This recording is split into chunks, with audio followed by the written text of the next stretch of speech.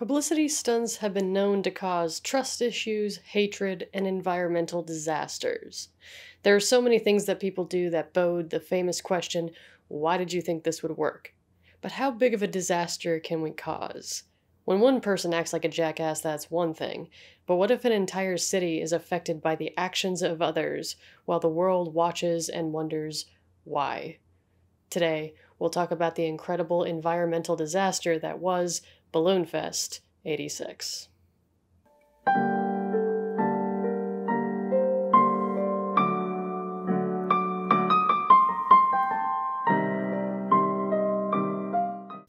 United Way project manager Tom Hollowatch, in collaboration with balloon artist Treb Heining, had a vision for Cleveland in 1986.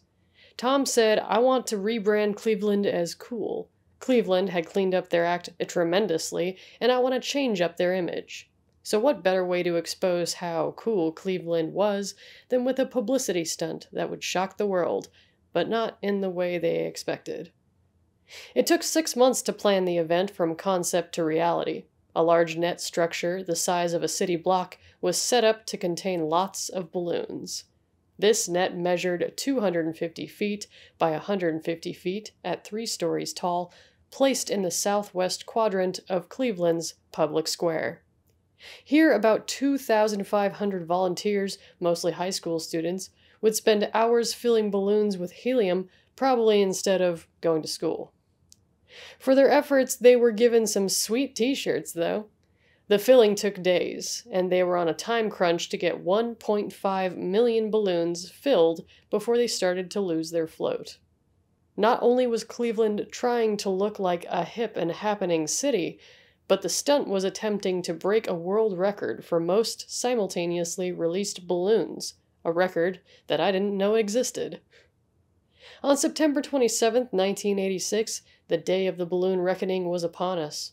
Up to this point, still, no one saw a problem with releasing an ungodly amount of latex into the sky. We're breaking world records here. Who had time to think about consequences? That morning, over 100,000 citizens gathered in downtown Cleveland to watch the event. At 1:50 p.m., it was time, and 1.5 million balloons rose from the public square surrounding Terminal Tower and achieving the goal of smashing that world record, which was previously held by Disneyland. Ohio was alive with pride. They'd stuck it to the mouse, and it seemed like nothing could tear them down.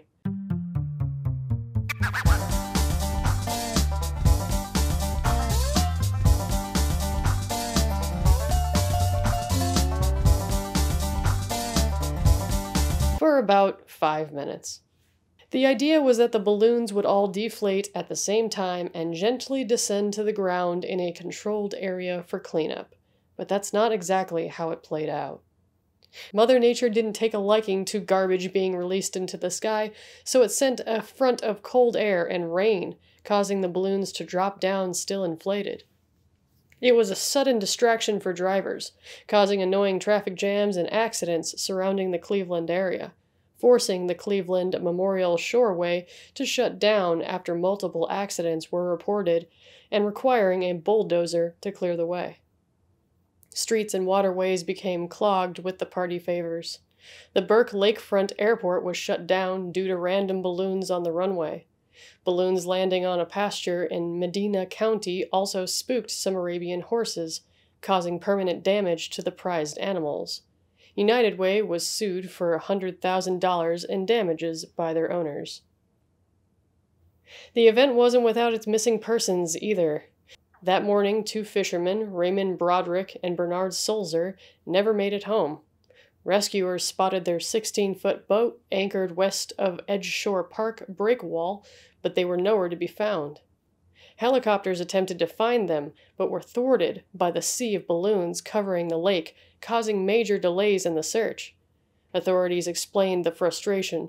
You're looking for more or less a head or an orange life jacket, and here you have a couple 100,000 orange balloons. It's just hard to decipher which is which. In time, the fishermen's bodies washed ashore, and the wife of one sued United Way for $3.2 million for hindering their efforts to find him sooner. Both fishermen perished. Ultimately, Cleveland did gain their world record place, and because of its obvious environmental hazard, Guinness retired the record afterwards, solidifying their place in history, so I hope it was worth it. I can't imagine how annoying cleanup would have been for this event, and it could have been worse. United Way originally wanted to release 2 million balloons into the air, but they settled on 1.5 instead. Hindsight is 20/20, I suppose, but I feel somebody should have seen this coming. It's just unfortunate that people had to get hurt during this really stupid event. Thanks for watching. For more true crime and horror, please consider subscribing. Game with me on Twitch, follow me on Twitter, and as always, be well.